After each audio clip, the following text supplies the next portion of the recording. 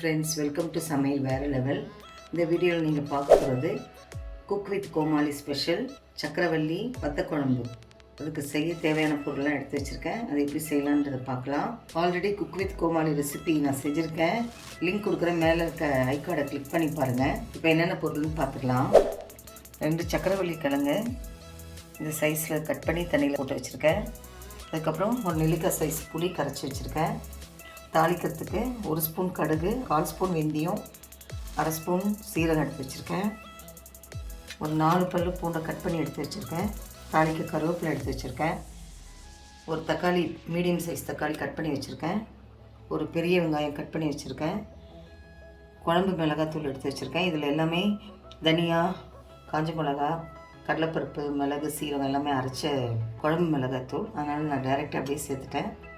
அதுக்கப்புறம் 1/2 ஸ்பூன் நல்லெண்ணெய். இந்த குழம்பு வந்து நல்லெண்ணெயில் தாளிச்சிங்கன்னா ரொம்ப டேஸ்ட்டாக இருக்கும். இப்போ எப்படி செய்யலாம் பார்க்கலாம் வாங்க. அடுப்பத்தை வச்சு பேன் வச்சுக்கோங்க. எடுத்து வச்சு ஆயில் சேர்த்துடலாம். தாளிப்பொருள்லாம் சேர்த்துடலாம். கடுகு, வெந்தயம், சீரகம், வெங்காயம் சேர்த்துடலாம். பூண்டு, கருவேப்பிலை சேர்த்துலாம்.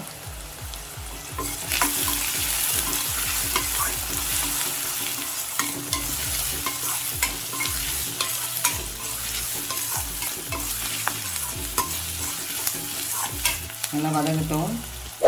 தக்காளி சேர்த்துடலாம்.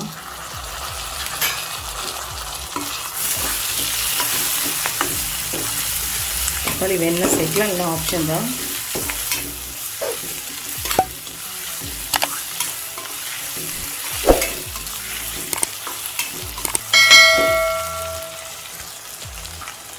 தக்காளி வதங்கிறதுக்கும் குழம்புக்கு சேர்த்து இப்போயே உப்பு சேர்த்துடலாம்.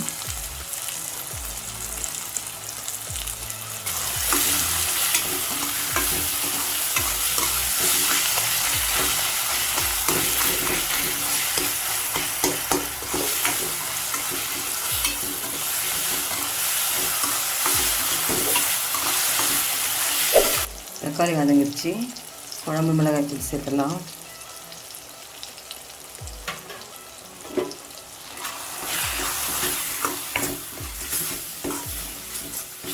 ஒரு 2 நிமிஷம் நல்லா வதங்கிட்டோம். பச்சை வாசனை எல்லாம் போட்டோம்.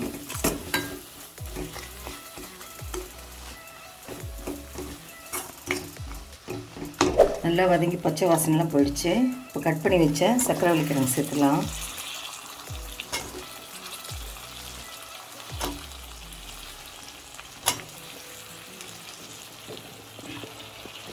கலரி விடலாம். கரைச்சி வச்ச புளி தண்ணி சேர்த்துடலாம்.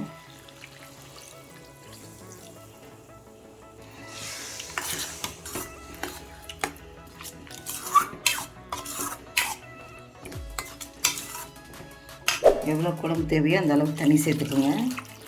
1 டம்ளர் சேர்த்துருக்கேன். நல்லா கொதித்து வரணும்.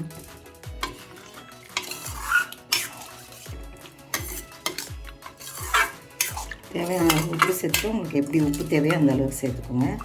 இப்போது 10 மினிட்ஸ் மூடி போட்டு கொதிக்க விடலாம். 10 மினிட்ஸ் ஆகிடுச்சுங்க. ஓப்பன் பண்ணி பார்க்கலாம். குழம்பு ரெடி ஆகிடுச்சு. எண்ணெயில் பிரிஞ்சு வந்துச்சு பாருங்கள். sarkaraivalli கிழங்கு நல்லா வெந்து குழம்பு நல்லா சுண்டி எண்ணெயெல்லாம் பிரிஞ்சு வந்துருக்கு பாருங்கள். ரெடி ஆகிடுச்சிங்க. ஸ்டவ் ஆஃப் பண்ணிடலாம்.